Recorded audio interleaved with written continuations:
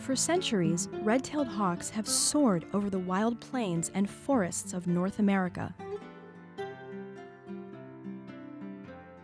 But not these two.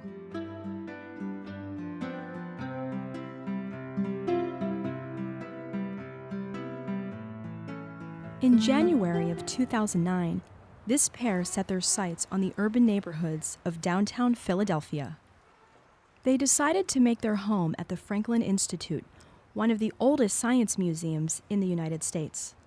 Just the place to give the world a close-up look at the life and lifestyle of these birds of prey.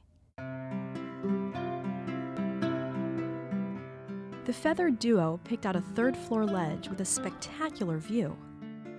The Franklin Institute furnished a nest box and a webcam, providing a rare inside look at the hawks' daily lives.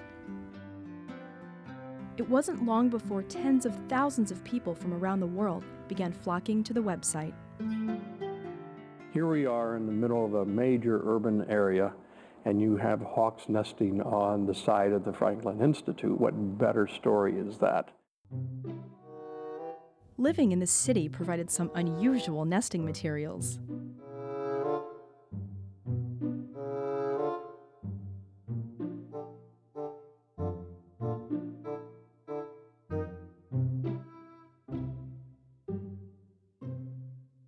Finally, the hawks settled in, and by mid-March, the female laid 3 eggs over the course of 6 days.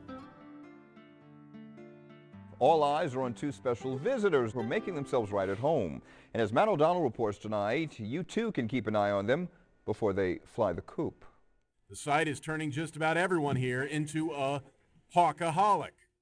I first heard about the hawks on a news report on Channel 6. It just seemed as though everybody was amazed at 2 red-tailed hawks nesting in the middle of Center City, Philadelphia. So actually we became part of a group that would assemble on the corner at 21st and Winter, if not every weekend, at least every other weekend. The hawks' popularity soared when the 3 babies, called eyises, hatched on April 16th and 17th. It's just fascinating to be able to watch a whole cycle of animals, because normally you don't see the down holes or up trees or in burrows. To be able to see a whole family from the beginning to the end is quite amazing. The eyises eat constantly, consuming up to 1/3 of their body weight per day of a high-protein diet. Small rodents are typical fare for these meat-eating birds of prey, but here in the city, pigeons seem to be their favorite meal. After just a few weeks, the eyises grow to more than half their adult size.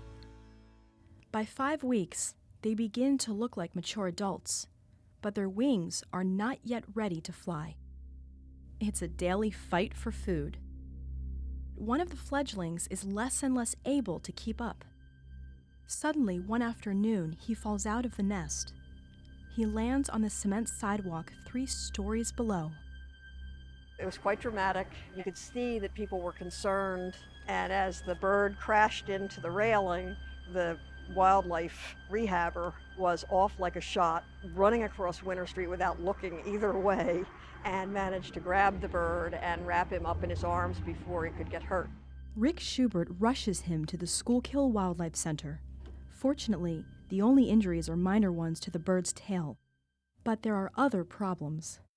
One of the things that has me concerned about this animal is he's thin. He's very, very thin for his age, extremely thin. I was wondering maybe if that was one of the reasons why he flew out of the nest. Maybe mom wasn't able to find enough food there in Center City. I don't know, but this animal has not been fed enough. Or maybe the larger of the hawks in that nest were getting their share, more than their share of the food. He is just not old enough to fly. He should not have been out of that nest. He needs, more time to grow. He needs a little supportive care. I'm going to put him back in a netted cage now, then let him eat something, let him get fattened up a little bit, and then we'll take it from there. Before long, he's fatter, stronger, and ready to rejoin his siblings in the nest. When lunch arrives, he dives right in. Soon, the first fledgling takes flight. By June 15th, just 2 months after they've hatched, the 3 young hawks take off for good. I think the hawks choosing the Franklin Institute was a master stroke. because it's an institution that is known internationally, and it's very well regarded by Philadelphians as an educational place. They have not really commercialized it in any way. They're really treating it as an educational experience. Many expected the parent hawks to head back to the wild, but this pair had other ideas. They decided to continue their stay at the Franklin Institute. Even the long winter blizzards didn't drive them away. In mid-March 2010, right on schedule, the female laid 3 new eggs, and the life cycle of these magnificent red-tailed hawks began again.